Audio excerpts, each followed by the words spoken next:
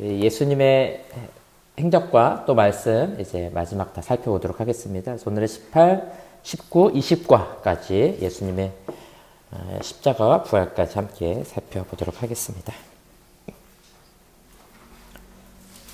여러분 교재는 194쪽입니다. 선택시대부터 함께 살펴보도록 하겠습니다. 자, 우리 알파벳으로 하나씩 좀 살펴나가고 있는데요. 친척이라고 돼 있죠.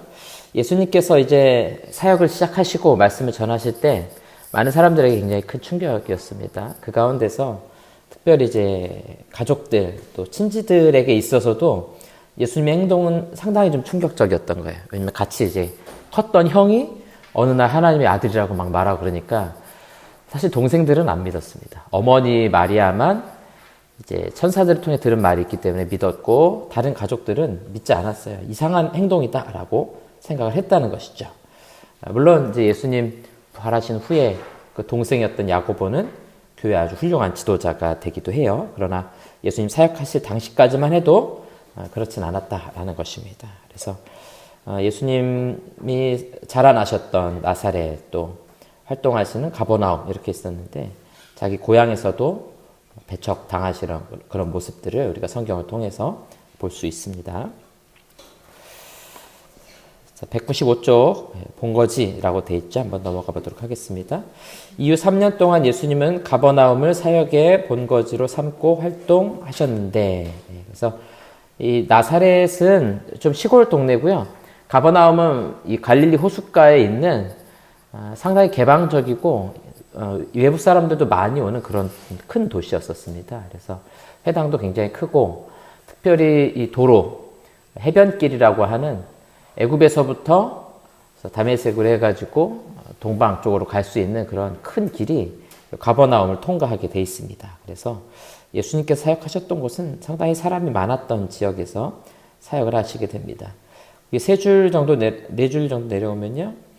공생의 대부분을 갈릴리 지역에서 보내셨다. 사복음서에 기록된 예수님의 비유와 이적의 80%가 가버나움을 본거지로 갈릴리 지역에서 말씀하고 행하신 것들이다. 이제 가버나움이 갈릴리에 있는 도시였죠. 갈릴리 호수 근처에 있는. 그래서 그 지역에서 주로 예수님께서는 많은 사역을 행하셨다 하는 겁니다. 그림으로 보는 선택시대에 이때 당시에 또 순서들을 좀 살펴보면요. 1번 예수님이 나사렛 회당에서 배척을 당하시게 됩니다. 2번 가버나움으로 그 중간에 보시면 갈릴리 바다라고 되어 있고 북쪽에 가버나움이라는 도시가 있죠. 예, 바로 이 지역이 주로 활동 본거지가 됩니다. 그다음에 세 번째 산상수훈에 나오는 팔복의 말씀을 가르쳐 주셨고요. 아마 바닷가 쪽을 향해서 했을 거로 우리가 추정할 수 있습니다. 4번 가버나움에서 중풍병자를 고쳐주시기도 하고요. 5번 유대 종교 지도자들이 공식적으로 예수님을 거부하기 시작합니다. 또 6번에 많은 비유로 말씀을 가르쳐 주시고요. 또 7번에 보니까 베드로가 예수님을 메시아로 주는 그리스도시요 살아계신 하나님의 아들이십니다. 이렇게 고백하게 되죠. 마태복음과 마가복음이 조금 표현이 다르긴 하지만 그리스도 메시아라는 고백을 하게 됩니다. 그리고 제일 위쪽에 가이사랴 빌립보 그 위쪽에 가면은 영광스러운 모습으로 변형되신 예수님이 모세와 엘리야와 함께 대화를 나누시는 모습이 등장하게 됩니다.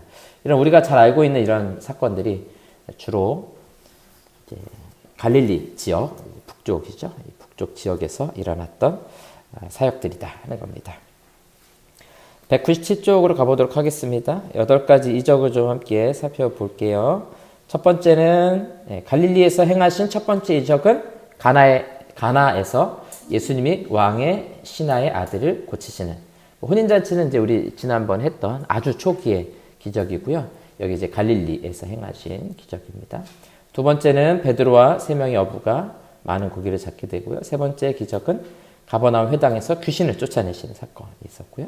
네 번째는 베드로의 장모도 가버나움에 사셨거든요. 고쳐주시고 많은 사람들을 고쳐주셨죠. 또 다섯 번째로는 문둥병 환자를 고쳐주시고 자신의 권세에 대한 증인으로서 제사장에게 보내시게 됩니다. 또 우리 잘 아는 사건이죠. 지붕을 뜯고 내려온 중풍병자를 고쳐주는 사건. 여기 지붕이 이렇게 평평하게 나무로 돼 있는데 이렇지는 않고요. 진흙과 지푸라기 이런 것들을 엮어가지고 단단하게 만들어진 그런 지붕이에요. 그래서 이렇게 예쁘게 뜯어내는 게 아니라 이 모습을 생각해보면 지붕을 뜯어내는 순간에 우리 옛날 그 기와집 같은 데 보면은 막 뜯어내면 진흙 막 떨어지고 그러잖아요. 그런 식으로 막 먼지 날리고 막 지푸라기 떨어지고 그런 분위기였다라는 겁니다. 7번째 기적은요. 베데스다 연못가에 있던 병자가 38년 만에 걷게 되는 그런 기적을 또 경험하게 됩니다. 8번째 가버나움 회당에서 손이 오그라든 사람을 치료해 주시기도 하십니다. 198쪽으로 가겠습니다. 메시지 주로 이제 마태복음에 많이 나오게 되는데요. 예수님께서 전하신 말씀들이 있죠. 특별히 마태복음 5장에서 7장에는 우리가 산상수훈이라고 불려지는 말씀들, 심령이 가난한 자는 복이 있나니 그 말씀 있죠. 그런 구절들, 또 주기도문, 또 황금률이라는 것은 이제 남에게 대접받고자 하는 대로 너도 남을 대접하라 이 말씀이고요. 다양한 주제들에 대한 그런 말씀들을 가르쳐 주시게 됩니다. 198쪽 그 그림 아랫줄 보시면요. 예수님은 메시지 요점을 강조하기 위해 유머를 사용하십니다. 그래서 낙타는 삼키고 하루살이는 걸러내고 이런 표현들이 다 일종의 유머의 그런 표현이에요. 우린 시대가 너무 많이 차이가 나서 그게 왜 유머인가 이런 생각이 들 수 있지만 이제 그 당시에는 이제 그런 느낌이었던 거죠. 그 다음에 자기 눈에 있는 들보는 보지 못하고 상대방의 눈 속에 있는 먼지, 티끌만 빼내려고 하느냐 이런 비유들이 다 일종의 그 유머 코드가 들어간 그런 표현들입니다. 그 다음에 보니까 7번째 줄 보니까 예수님은 제자들에게 의로움의 표준을 높게 제시하셨습니다. 제자들의 의가 바리새인과 서기관의 그것보다 더 나아야 한다고 말씀하셨다라는 겁니다. 제일 아래 3번째 줄 그러나 예수님은 하나님과 이웃을 진심으로 사랑하는 것이 율법의 핵심이며 외적으로 보이는 행동보다 내면의 생각과 동기가 훨씬 더 중요하다고 가르쳐 주셨습니다. 이게 지금 다 산상수훈의 내용들입니다. 199쪽으로 넘어가면요. 위에서 4번째 줄 예수님은 모래 위에 집을 짓는 어리석은 자가 되지 말고 반석 위에 집을 짓는 지혜로운 자가 되라는 권고로 산상수훈의 결론을 맺고 계십니다.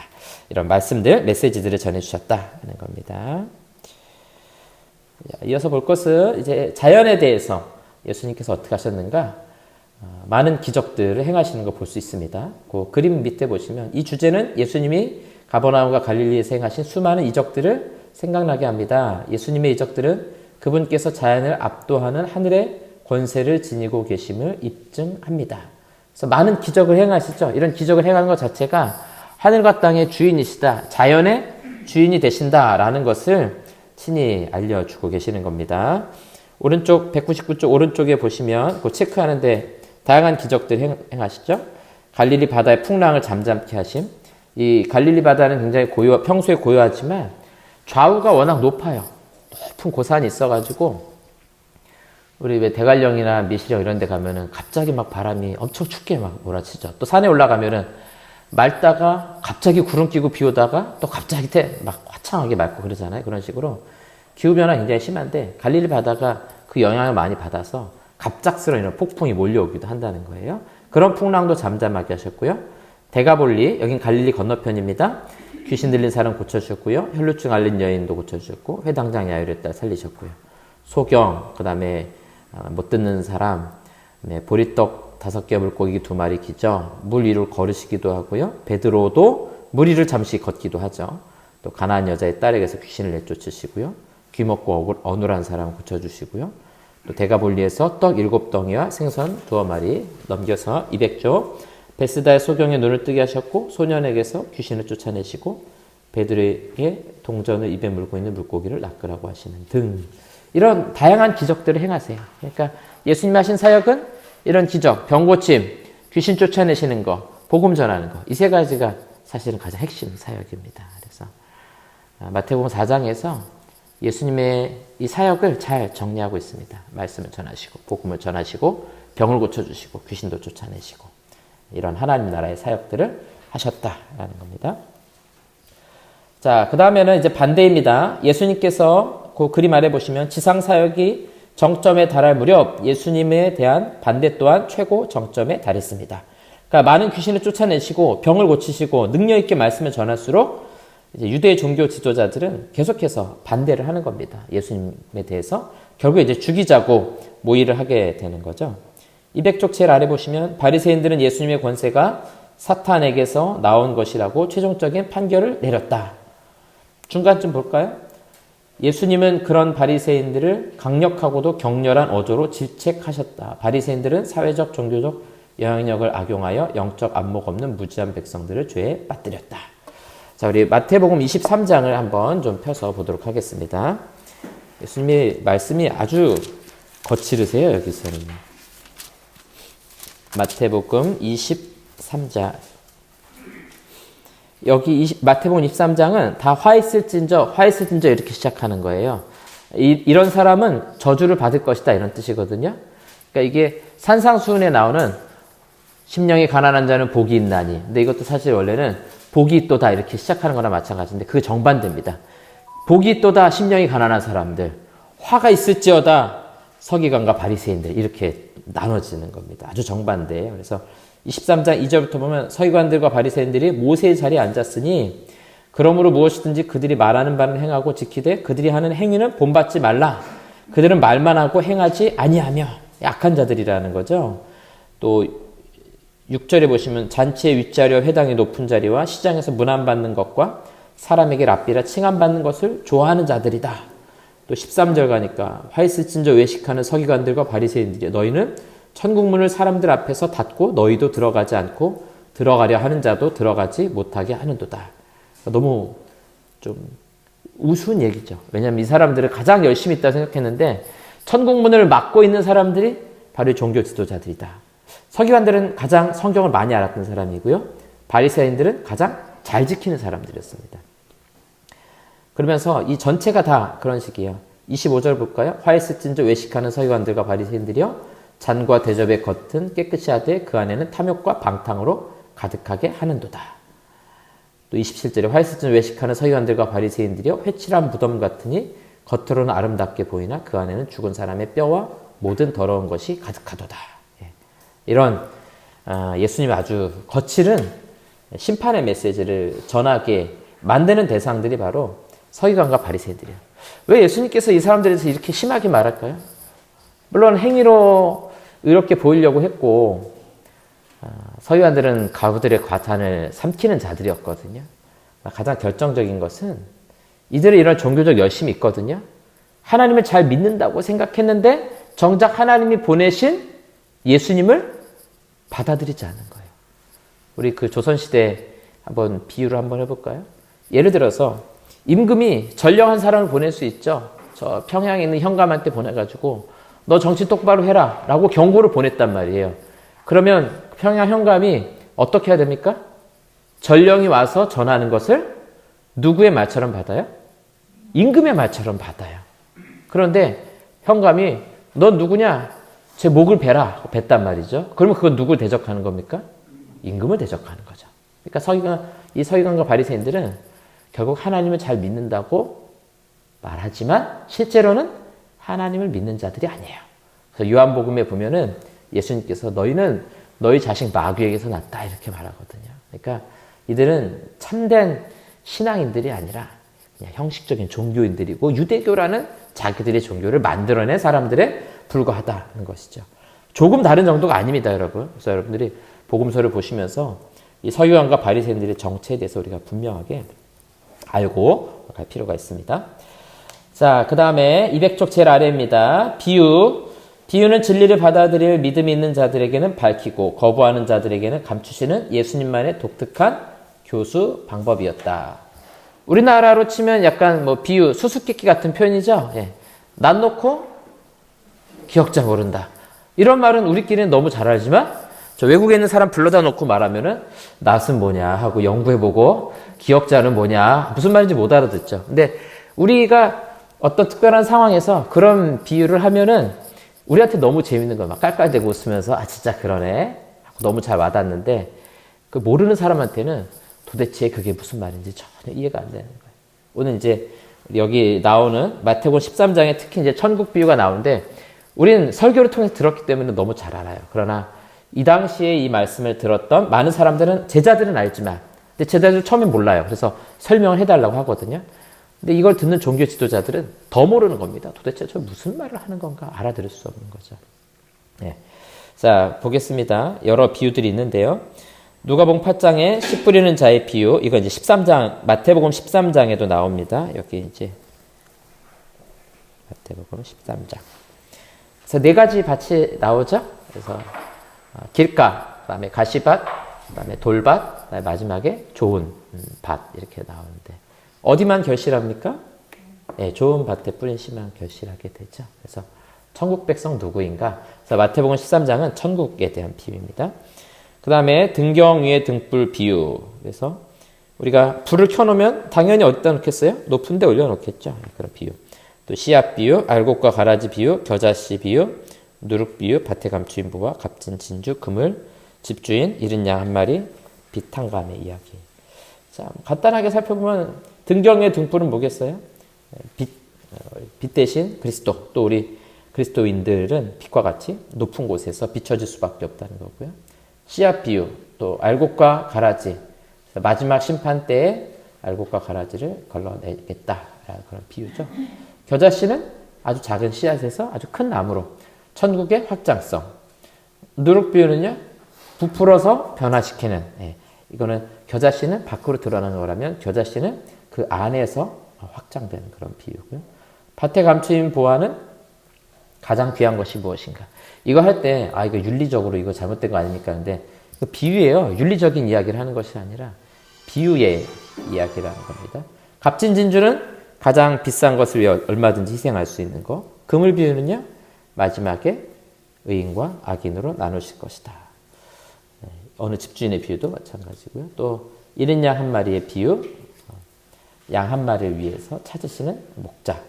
또 빛 한 감의 종의 비유도 마찬가지죠. 우리가 용서받은 것이 얼마나 큰 빛이었는가 하는 그런 이야기를 비유를 통해서 이야기해 주겠습니다. 이 비유의 대부분은 예수님께서 이 비유의 의미를 설명해 주십니다. 그래서 잘 들여다보시면 그 비유의 의미를 우리가 좀 살펴볼 수 있어요. 자, 그 다음에 Q 질문입니다. 그림 밑에 볼까요? 202쪽입니다. 가이사랴 빌립보에서 사역하시던, 이건 이제 갈릴리에서 더 북쪽이에요. 예수님이 어느 날 제자들에게 불쑥 질문을 던지십니다. 사람들이 나를 누구라 그러냐? 모세라고도 되고 엘리야라고도 하는데요. 너희는 나를 누구라고 부르냐? 그때 베드로가 아주 정답을, 예수님 듣고 싶었던 정답을 딱 얘기하죠. 주는 그리스도시요 살아계신 하나님의 아들이십니다. 바요나 시모나 내가 복이 있도다. 이를 네게 알게 한 것은 혈육이 아니라 하늘에 계신 내 아버지시니라. 이렇게 말씀해 주시죠. 예수님의 질문은 이 제자들에게, 사람들이 중요한 게 아닙니다. 제자들에게 예수님에 대해서 어떻게 생각하고 믿고 있는가. 우리에게 대한 질문이랑 마찬가지죠. 나는 예수님을 어떻게 받아들이고 믿고 영접하고 있는가. 그 질문이랑 마찬가지입니다. 그래서 가장 중요한 이 질문에 대한 답은 예수님은 그리스도, 메시아로 우리의 죄를 대신하여 용서하시기 위해 오신 구세주이시다 하는 답이겠죠. 자, 그 다음에 마지막입니다. 계시. 베드로와 요한과 야고보는 예수님이 하늘로부터 오신 분이라는 특별한 확증을 받게 됩니다. 그게 바로 변화산, 이 높은, 아마도 헐몬산인 것 같아요. 이 산에 올라가서 예수님께서 기도하러 올라가실 때 3명의 제자를 데리고 가시죠. 바로 그곳에서 변화되는 모습을 보여주십니다. 모세와 엘리야를 만나시면서 결국 구약에 등장하는 이 지도자들보다 더 위대한 분이시다라는 것을 제자들에게 친히 보여주십니다. 자, 이러한 예수님의 메시지와 또 행적들을 살펴보았습니다. 뒤로 빠졌군요. 네. 자, 이제 우리 19장으로 넘어가 보도록 하겠습니다. 예수님의 제자가 되는 강도 높은 교육을 받다.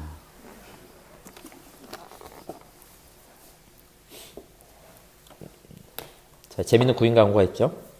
범세계적인 임무를 위해 모든 것을 버리고 목숨까지 내놓을 수 있는 사람. 독신자 부대에 자격증 필요 없고요. 직업 훈련하고요. 현장 즉각 배치. 그래서 예수님께서 이제 제자들을 부르실 때 어떤 사람들을 부르시는가. 그래서 이런 제자들을 부르셔서 많은 제자들이 있었어요. 그 중에 특별히 12명을 예수님께서 고르시고요. 또 그 중에서도 3명을 또 그 중에서도 또 특별히 구별을 하시게 됩니다. 그리고 3년간 예수님을 따라다니면서 함께 먹고 마시고 예수님의 말씀을 듣고, 특별히 마지막 6개월 동안은 더 집중적으로 예수님의 말씀을 듣고 예수님이 하셨던 사역을 이어나갈 수 있도록 훈련시켜가는 것을 우리 성경을 통해 알 수 있습니다. 자, 학교. 자, 이제 가르침에 대한 이야기죠. 이 가늠한 여인이 사람들 앞에 잡혀오게 됩니다. 그때 예수님께서 이 문제를 어떻게 해결하십니까?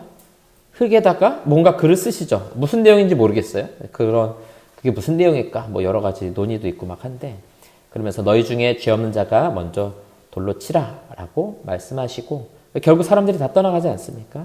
그리고 나서 예수님도 이 여인에게 이런 죄를 범하지 말라라고 말씀을 하게 되십니다. 그래서 예수님께서는 이런 과정들을 통해서 우리를 훈련시키시고 또 알아가게 하셨다라는 겁니다. 이때 이제 돌로 치려는 사건이 있었습니다.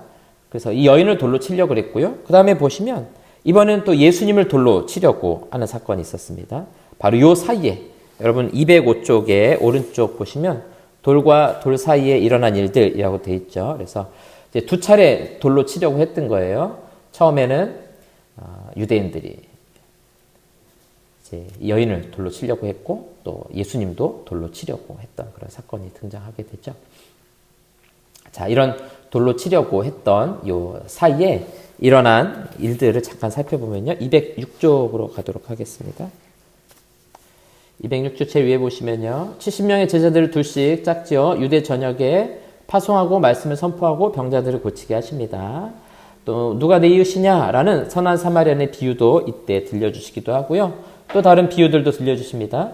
어리석은 부자의 비유. 이 사람은 농사가 너무 잘 돼가지고 곡간을 아주 많이 지었죠. 근데 오늘 밤에 어리석은 자야. 오늘 밤에 내 영혼을 데려가면 네 것이 다 누구의 것이 되겠느냐. 이거는 모으지 말라라는 것이 아니죠. 왜 어리석은 부자일까요? 누가복음은 여러분들 누가복음 읽으실 때 이제 좀 잘 보셔야 되는 게, 부자들을 대체적으로 구원 못 받는 모습으로 많이 묘사를 해요. 예.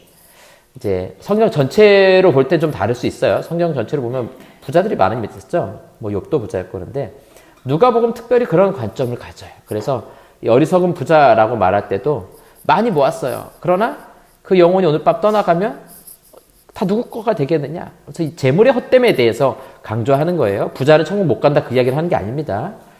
자, 그 다음에 비유에 보시면 주인을 기다리는 종의 비유. 항상 깨어서 준비하라는 것이죠.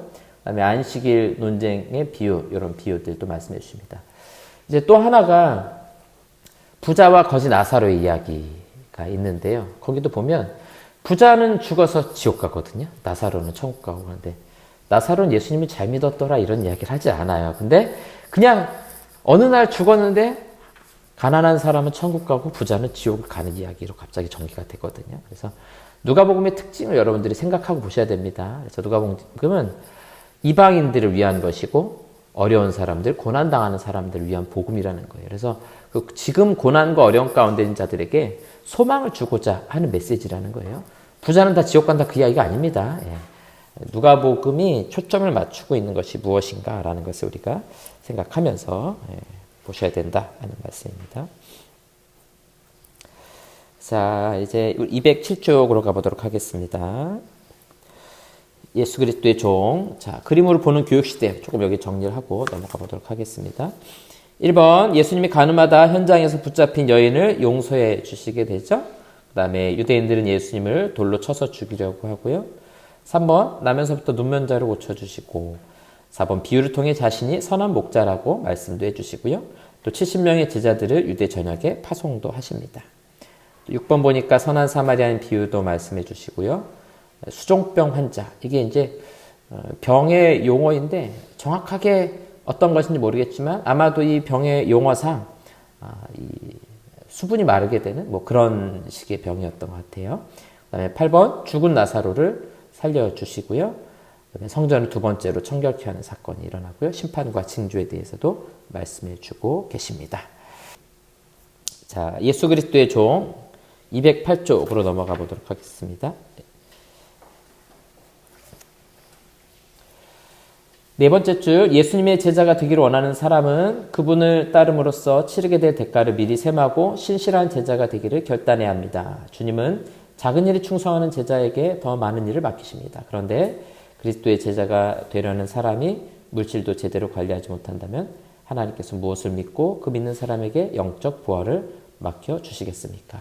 이 누가복음 16장에 있던 그 불의한 청지기에 대한 비유예요. 근데 이 비유가 조금 어려워요. 어려워서 해석도 아주 양극단으로 하고 한쪽에서는 이 불의한 청지기의 비유를 긍정적으로 해석해서 불의의 제물로 친구를 사귀고 좋은 데 써라 이제 그렇게 하고, 한쪽에서는 그렇게 하면 영원한 심판에 가게 될 것이다 이렇게 해석하기도 하거든요. 그래서 워낙 어려운데 한 가지 분명한 게 있습니다. 그 뒤에 가면 바리새인들은 돈을 좋아하는지라 이렇게 말해요. 그리고 나서 여기 나오는 것처럼 부자와 거지 나사로의 비유에 대한 이야기를 하거든요. 그러니까 결국 전체적으로 볼 때는 돈에 대해서 부정적으로 이야기하는 걸로 보는 게 좋을 것 같습니다. 그래서 여기 썼던 요 분의 요 해석이 괜찮은 것 같아요. 제가 보기에는 하나님 앞에 물질을 제대로 관리하는, 또 물질에 우리 마음을 두는 것이 아니라 영적인 것에 마음을 두기를, 이 거지 나사로의 이야기를 보면 결국 물질에 우리 마음을 두는 것보다는 하나님의 나라에 마음을 두는 것이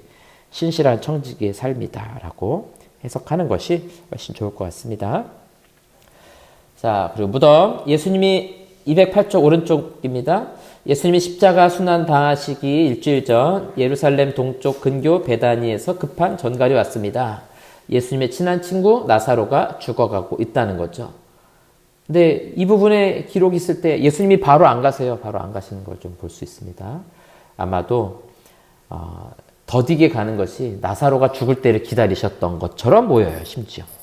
왜 그러셨을까? 바로 이 나사로를 죽음 가운데서 살리시기 위한 목적으로. 근데 이 나사로가 살아난 사건 때문에 많은 유대인들이 예수님 믿게 됩니다. 그래서 예수님도 죽이려고 그러고 나사로도 죽이려고 해요. 그게 이제 베다니에 있던, 베다니는 이제 예루살렘에서 아주 가까운 곳입니다. 그래서 예수님께서 이 나사로를 살리신 사건이다. 208쪽 제일 마지막 줄 보세요. 성경을 믿는 사람들은 나사로 사건을 통해 예수님을 더욱더 신뢰했지만 불신앙의 바리새인들과 유대 제사장들은 오히려 그리스도를 살해할 음모를 꾸몄다. 더욱이 그들은 나사로까지 함께 살해하려고 했다. 왜냐하면 그가 바로 예수님의 권능을 입증하는 살아있는 증거이기 때문입니다. 5줄 내려볼까요?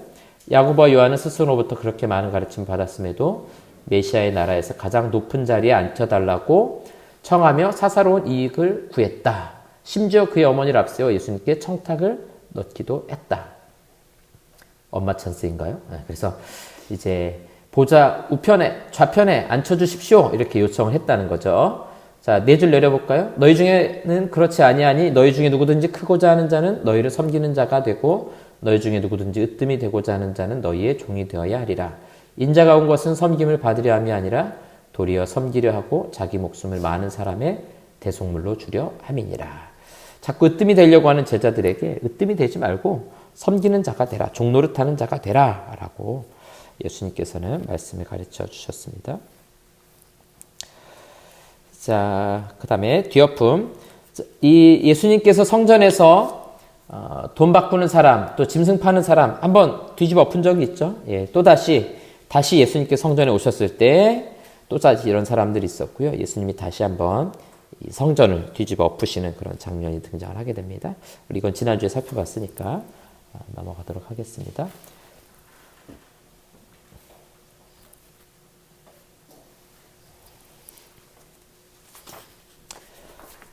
(210쪽) 왼쪽을 보십시오. 자, 이 시기에 예수님께서 비유로 말씀을 하셨습니다. 두 아들의 비유, 아버지가 포도원에 가서 일을 하라고 지시했는데 큰아들은 대답만 하고 안 갔고요. 둘째 아들은 싫다고 대답했어요. 그리고 나중에 뉘우치고 다시 가서 일하게 되는 거 볼 수 있습니다. 누가 더 좋은 아들이에요? 처음에 싫다고 했지만 그래도 마지막에 순종한 아들이 더 좋은 아들이겠죠. 그 메시지입니다.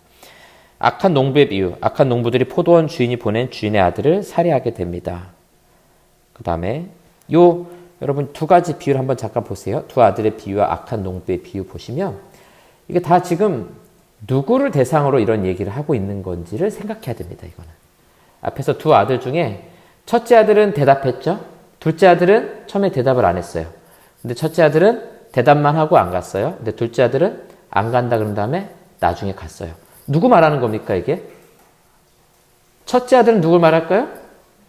이게 유대인이에요. 첫째 아들, 처음에 복음을 들었지만 마지막에 와서 예수님 안 믿었잖아요. 이게 유대인 말하는 거예요. 그러니까 유대인도 이 얘기 듣고 아, 저거 지금 내 얘기 하는구나. 기분 나빠가지고 예수님 죽이려고 그런 거예요. 그 다음에 포도원 농부들이 포도원 주인을 보낸 아들을 죽이잖아요. 이것도 누굴 말하는 거겠어요? 유대인들이에요. 유대인들이 예수님 죽이잖아요. 자기들인 거 다 알고 있었어요. 들었고 듣고서 기분 나빠서 죽이려고 했던 겁니다.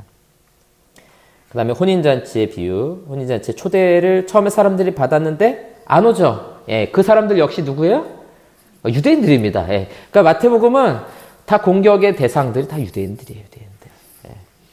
자, 그리고 결국 누구를 초청합니까? 길거리에 있는 사람들 아무나 거리에서 데려다 앉히고요. 그 중에서 예복을 입은 사람, 준비된 사람들만 천국에 들어갈 수 있게 됩니다. 자, 이제 메시지의 마지막으로 가게 됩니다. 마태복음 24장부터는 이제 마지막에 일어날 하나님의 심판의 때 일어날 일들에 대해서 말씀합니다. 비전 그림 아래 보겠습니다. 예수님은 제자들을 예루살렘 동쪽 감람산으로 데리고 올라가 종말의 때에 나타날 일에 대해 설명하십니다. 이곳의 이름을 따라서 감람산 설교 혹은 강론이라고 말합니다. 여기에 7가지 메시지가 나옵니다. 무화과 나무의 비유. 자, 무화과 나무 보니까 새 잎이 나면 뭔가 계절이 바뀐다는 걸 알 수 있죠. 우리도 알죠. 단풍이 들면은 무슨 계절이 오고 있는 겁니까? 예. 가을을 지나 겨울이 오게 될 것이다. 그러면 세상의 징조와 때를 보면 심판이 오는 것을 알 수 있다 하는 거죠. 그러니까 이단들이 와가지고 메시아가 왔다, 온다. 그래도 미혹될 이유가 없어요. 왜냐하면은 그 사람들이 말해야 아는 게 아니라 누구나 다 마지막 때가 오는 거는 자연스럽게 알 수 있게 된다는 거거든요. 그 다음에 사명을 받는 문지기의 비유. 성도들은 그리스도의 오심을 대비해 항상 깨 있어야 되고요. 그 다음에 도둑의 비유. 도둑의 비유의 핵심 뭐겠어요? 언제 올지 모른다는 거죠. 그래서 오늘 밤 제가 도둑인데 오늘 밤 가겠습니다. 그러면 누구나 다 방비하죠. 근데 그걸 모르기 때문에 어떻게 합니까? 날마다 방비하는 거죠. 날마다 문 잠궈놓고 우리 보안해놓고 하는 이유가 거기 있는 것처럼 예수님 오실 때, 심판의 때는 언제인지 알 수 없다. 그 이야기고요. 그 다음에 충성되고 지혜로운 종의 비유. 충성되고 지혜로운 종은 주인 돌아왔을 때 합당한 상을 받을 것이다. 25장에 가면 3가지 유명한 비유가 나오죠. 열처녀의 비유. 그러니까 마태복음 25장의 이야기도 이 비유도 다 뭐에 대한 이야기예요? 하나님의 심판과 재림의 때에 대한 비유라는 거예요. 그래서 열처녀의 비유. 등불을 준비한 5처녀와 준비하지 않은 5처녀가 왔을 때 서로 다른 대접을 받을 것이다. 자, 여기서의 이 25장의 핵심. 자, 우리 이건 한번 좀 보고 가도록 할게요. 마태복음 25장. 여러분, 조금만 넘기세요. 1절부터 13절까지가 비유죠.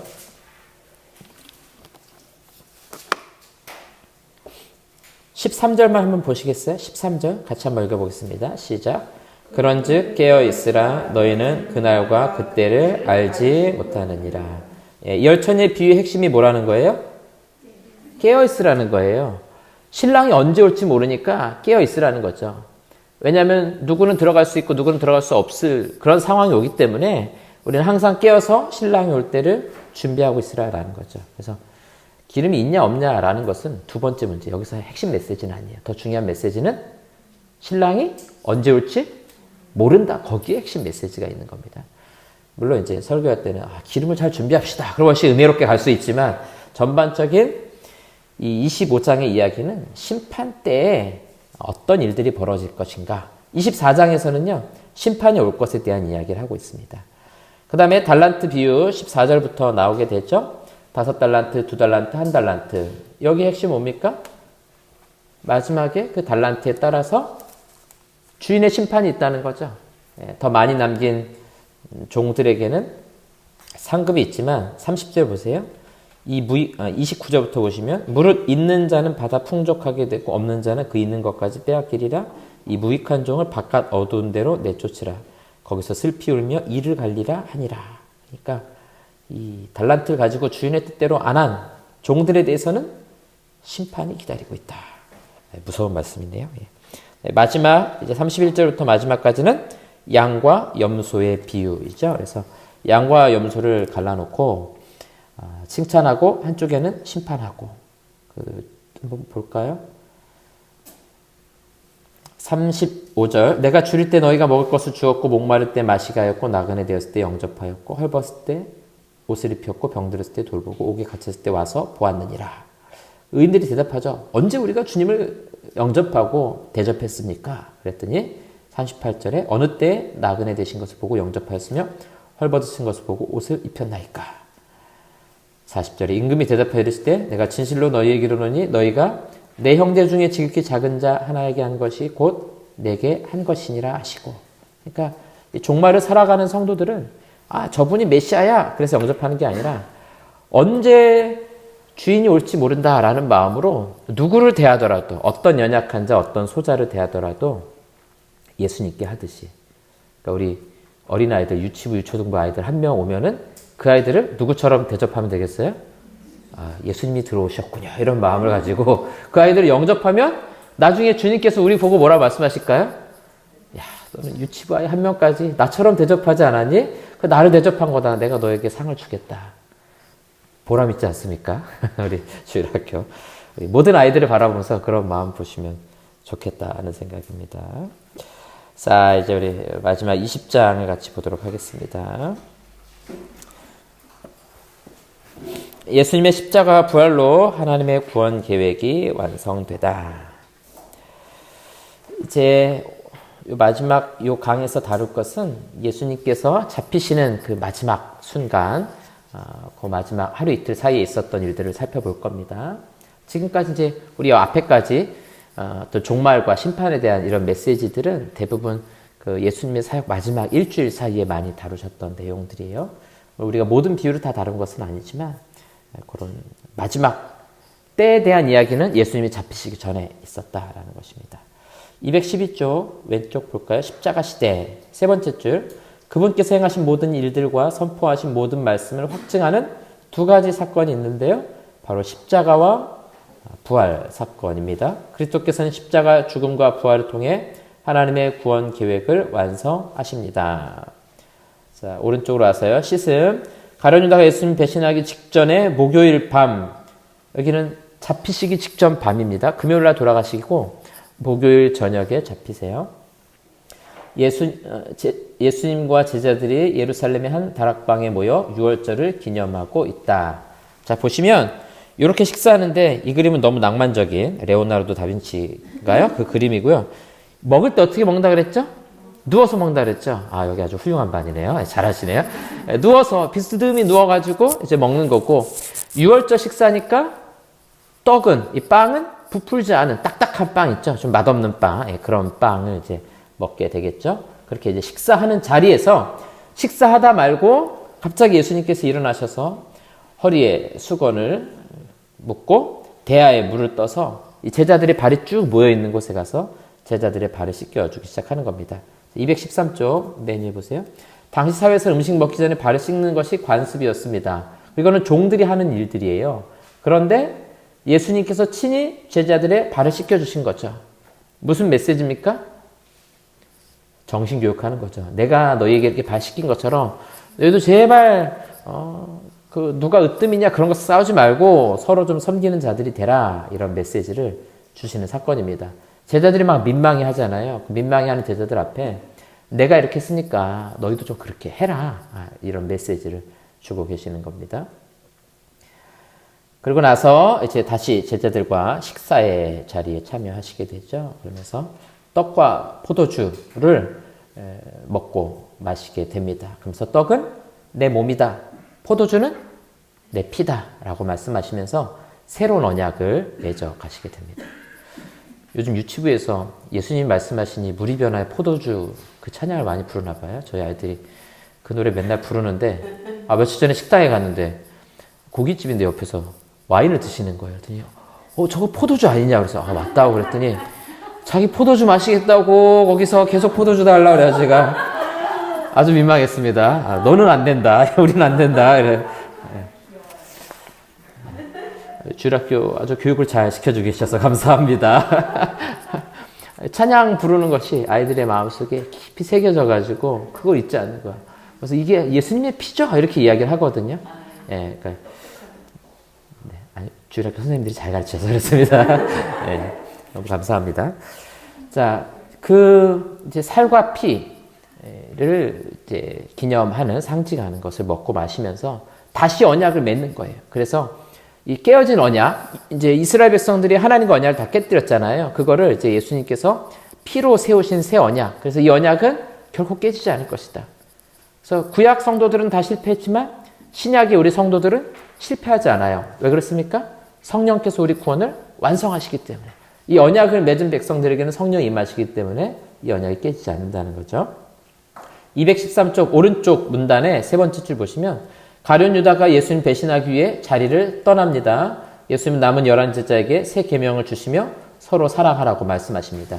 이 부분은 요한복음이 아주 잘 설명하고 있으니까 여러분들이 그 요한복음 13장 이후로 보시면 이 내용을 아주 잘, 또 요때 말씀하신 내용들 한번 보시면 좋을 것 같습니다. 거기서 베드로가 자기는 결코 예수님 부인하지 않겠다고 아주 결단 아주 잘하죠.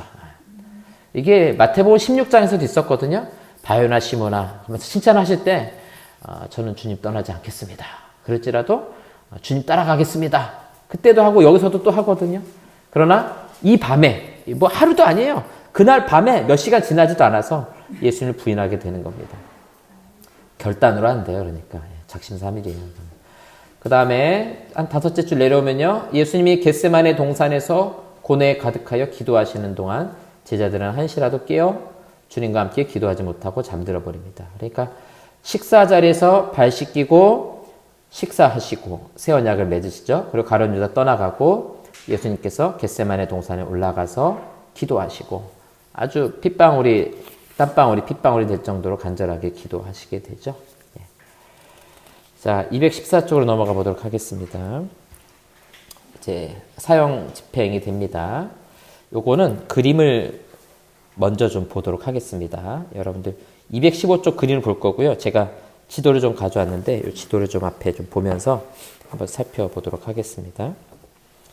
이제 요거는 예루살렘 성전과 그 주변 지형입니다.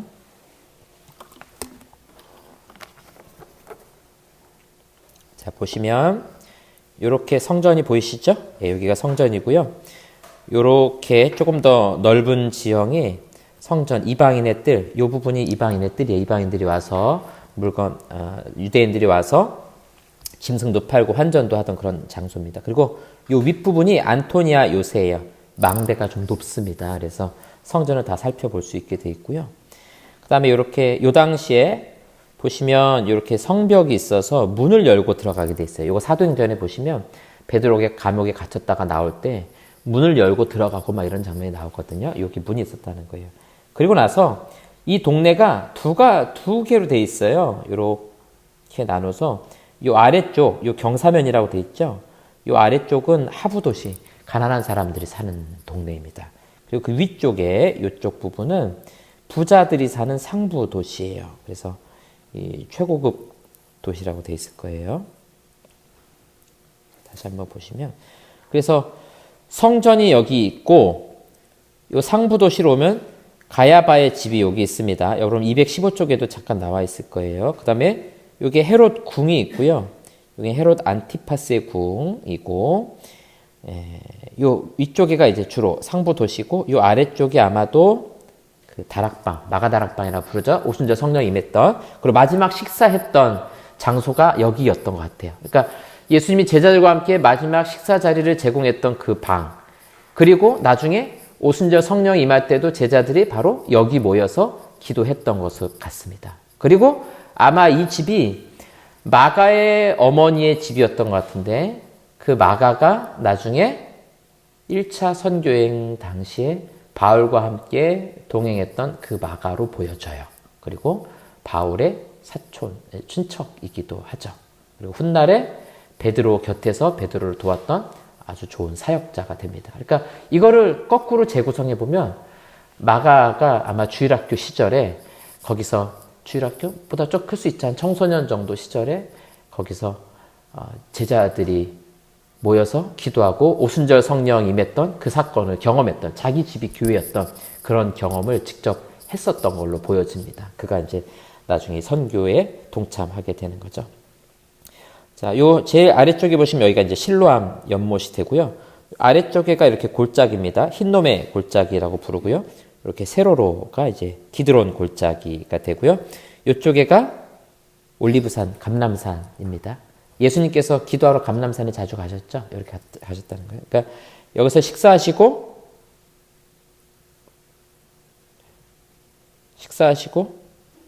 감람산에 올라가셔서 기도하셨다. 이렇게 되는 거죠.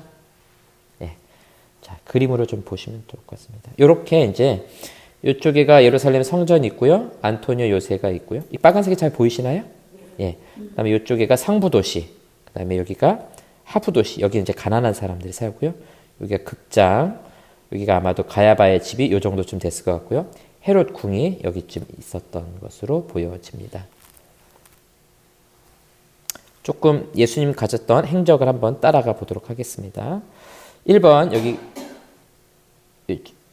잘 보일까 모르겠네. 1번 요 아래쪽에 목요일 제자들과 함께 식사를 하시죠. 그리고 나서 이 빨간색 길을 쭉 따라가서 겟세마네 동산에서 기도를 하시게 됩니다. 제자들과 함께 기도하시죠. 그 다음에 4번 예수님께서 여기서 잡히세요. 잡히신 다음에 첫 번째로 간 곳이 어디냐면은 안나스의 집이에요. 안나스는 누구냐면 이 당시에 대제사장이 가야바거든요. 가야바의 장인이 안나스예요. 근데 안나스도 대제사장이에요. 근데 이 당시에 어떤 일이 있었냐면 로마 정부에서 안나스를 안 좋아했어요. 그래서 안나스를 직위에서 면직시켜 버립니다. 그리고 그의 사위였던 가야바가 대제사장 직분을 해요. 근데 유대인들은 기분 나쁜 거예요. 우리 제사장은 그 말씀에 따라서 자자손손 세습돼서 오는 거지 왜 로마에서 파문하고 뭐하고 파직하고 면직하고 그럽니까? 그래서 유대인들은 다 안나스를 영적인 지도자로 다 따랐어요. 대제사장을 인정했어요. 그래서 이 가야바의 장인이었던 안나스에게 먼저 신문을 받고요. 또 이제 가야바에게도 신문을 받습니다. 그러고 나서 5번 이 사내들인 공의회는 이제 유대인들에게서 최고 의결 기관입니다. 그래서 니고데모 같은 사람이 사내들인이었죠. 한 60명 정도로 구성이 되어 있는 최고 의결 기관이에요. 여기서 이제 신문을 받게 되고요. 네. 그리고 빌라도 앞에 서게 되고요. 헤롯 앞에도 서게 되고 그 다음에 또다시 빌라도 앞에 서게 되고요. 그리고 나서 이 상부도시에서 쭉 나오면은 지금 아마도 골고다라고 부르는 장소가 이 성 밖에 있는 것 같습니다. 여기서 예수님께서 십자가에 못 박혀 죽으시게 됩니다. 자, 이제 우리 다시 215쪽을 한번 가서 보도록 하겠습니다. 이 부분 예수님께서 신문당하시고 달리시는 부분만 좀 살펴보도록 하겠습니다. 먼저 안나스, 이 당시의 대제사장이죠. 신문을 받게 되고요. 가야바와 사내들인 공회의 신문을 연속적으로 또 받게 됩니다. 그리고 빌라도에게 또 신문을 받아요. 그 빌라도가 또 헤롯에게 보냅니다. 헤롯이 다시 빌라도에게 보내요. 그리고 예수님께서 이제 마지막 판결을 받고 골고다 십자가에서 달려 죽으시게 됩니다. 그리고 아리마대 사람 요셉이라는 사람이 자기의 땅에 예수님을 모셔서 장례를 치르게 되는 거 볼 수 있습니다. 그러니까 이 잡히신 이날 밤에서부터 그 다음날 새벽까지 이 밤새도록 이루어진 밤새도록 예수님께서 계속 끌려다니시는 거예요. 신문 당할 때마다 매 맞고 막 채찍에 맞고 그러면서 여러 번 왔다 갔다 끌려가시는 거 볼 수 있어요. 그냥 한 번에 빌라도에서 심판받은 게 아닙니다. 대제사장이 먼저 신문하고 사내들인 공의에 갔다가 빌라도한테 갔다가 헤로당한테 갔다가 또 빌라도한테 가서 최종 판결 받고 십자가에 달려서 죽으시게 되는 겁니다. 자, 이제 그 내용들 214쪽에 보시면 1차 신문 가야바의 장인이자 대제사장을 역임했던 안나스에게 끌려가셨고요. 2차 신문 가야바와 사내들인 공의회, 그 다음에 3차 신문 유대 총독 빌라도에게 재판. 결국 이 사법권은 빌라도에게 있어요. 총독에게 있어요. 이 헤롯이 분봉왕으로 통치하긴 하지만 그거는 뭐 상당히 종교적이고 문화적인 부분이죠. 군사와 세금, 그 다음에 법정적인 권한은 헤롯에게는 없습니다. 빌라도에게 있는 거죠. 그래서 빌라도가 이제 혐의가 없으니까 이 헤롯에게 보내게 됩니다. 또 헤롯도 한참 조롱하고 뭐 막 신문하죠. 그러나 다시 빌라도에게 보내게 됩니다. 그래서 5차 신문, 빌라도에게 2차 신문을 받게 됩니다. 빌라도가 그리스도에게 죄가 없다는 것을 다시 한번 확인하게 됩니다. 그림 아래 보시면 그러나 결국 빌라도는 유대 지도층의 환심을 사기 위해 예수님을 내어줍니다. 예수님은 로마 병사에게 조롱과 고문을 당한 다음 금요일 아침 9시 갈보리로 향하게 됩니다. 그리고 예루살렘 외곽의 언덕에서 일반 죄수로서 또 강도와 함께 십자가에 못 박히시게 됩니다. 예수님이 십자가에 매달려 있는 처음 3시간 동안 오전 9시부터 12시까지 주님의 머리 위에 있는 패가 그분이 유대인의 왕이라는 것을 선포했으며 십자가에 함께 달렸던 강도들 2사람 가운데 한 사람이 예수님을 구주로 영접하게 됩니다. 그리고 다음 3시간, 이제 12시부터 오후 3시까지죠. 짙은 어둠이 땅을 뒤엎어 하나님의 아들이 세상의 죄를 짊어지셨음을 나타내십니다. 영원전부터 존재하신 예수님이 아버지께 버림받았다는 것을 처음으로 느끼면서 우리를 대신해 그렇게 돌아가셨습니다. 이 버림받았다라는 것은 실제로 관계가 깨진 것이 아니라 그 십자가의 죽음, 그 버림받음에 대한 그런 고통을 당하시는 거죠. 왜냐하면 신성으로는 살아나실 수 있지만 그 신성을 포기하시고 인성으로 고난을 당하셨기 때문에 버림받음에 대한 고통을 당하시는 겁니다. 216조, 이 십자가 시대를 좀 한번 정리해 보도록 하겠습니다. 가롯 출신의 유다가 예수님을 팔아 넘기게 되죠. 예수님은 발을 씻기셨고요. 마지막 식사를 하시고 겟세마네 동산에서 기도하십니다. 그리고 잡히셔서 밤새 신문을 받게 됩니다. 6번 로마 병사들이 예수님을 채찍질하고 조롱하고요. 2명의 강도와 함께 십자가에 못 박히게 됩니다. 어둠이 온 땅을 뒤엎고요. 성전 휘장 위에서부터 아래까지 2폭으로 찢어지긴 사건이 일어납니다. 그래서 이 성전 휘장은 예수님 몸 자신을 말하는 거죠. 그래서 자신의 몸을 찢기심, 또 이 휘장 안으로 들어가는 길을 열어주신, 그래서 제사장들 없이도, 제사 없이도 하나님께 누구든 나아갈 수 있게 되었다라는 의미를 가지고 있고요. 경비병들이 예수님의 무덤 입구를 단단히 지키게 됩니다. 이 십자가형은 사실은 부끄럽게 죽이는 거죠. 다 벗기고서 죽이는 거고 빨리 안 죽게 합니다. 이게 우리나라도 조선시대에도 그 사형시킬 때 보면 그 망난이라 그러잖아요. 그 죽일 때 빨리 안 죽이잖아요. 막 엄청 위협하다가 굉장히 무딘 칼로 쳐가지고 빨리빨리 안 죽게 만드는 거예요. 그래서 이제 뇌물을 쓰는 사람들은 한 번에 빨리 죽여달라 하는 거고요. 그 다음에 이렇게 이 십자가형은 물론 이제 십자가가 우리가 생각하는 이렇게 목걸이 십자가 같은 것도 있지만 이제 다양한 형틀이 있거든요. 십자가라는 게 이제 우리 번역의 십자가지만 원래는 이제 다양한 모양의 그 형틀이 있는데 걸어놓는 거예요. 사람 몸을 걸어놓고 완전히 그냥 말라 죽을 때까지, 탈진할 때까지 기다리는 거죠. 그래서 이 십자가에 못 박는 것도 사실은 이 숨쉬기 굉장히 힘들고 고통스러운 그런 상태에서 질식 상태로 막 죽어가게 만드는. 예수님은 6시간 만에 죽은 건 사실 좀 빨리 죽은 거고 더 오래 매달려 있기도 하고, 또 우리나라도 보면 중국도 그렇지만 효시라 그랬잖아요. 죽인 다음에 목을 달아놓잖아요. 그래서 이렇게 반역하는 자들은 비참하게 될 것이다. 그래서 그게 무서워서 사실은 반역 안 하는데, 예수님의 이 죽음은 이게 정치범입니다. 정치범. 그냥 일반 종교적인 그런 범죄가 아니라는 거죠. 자, 217쪽으로 가도록 하겠습니다.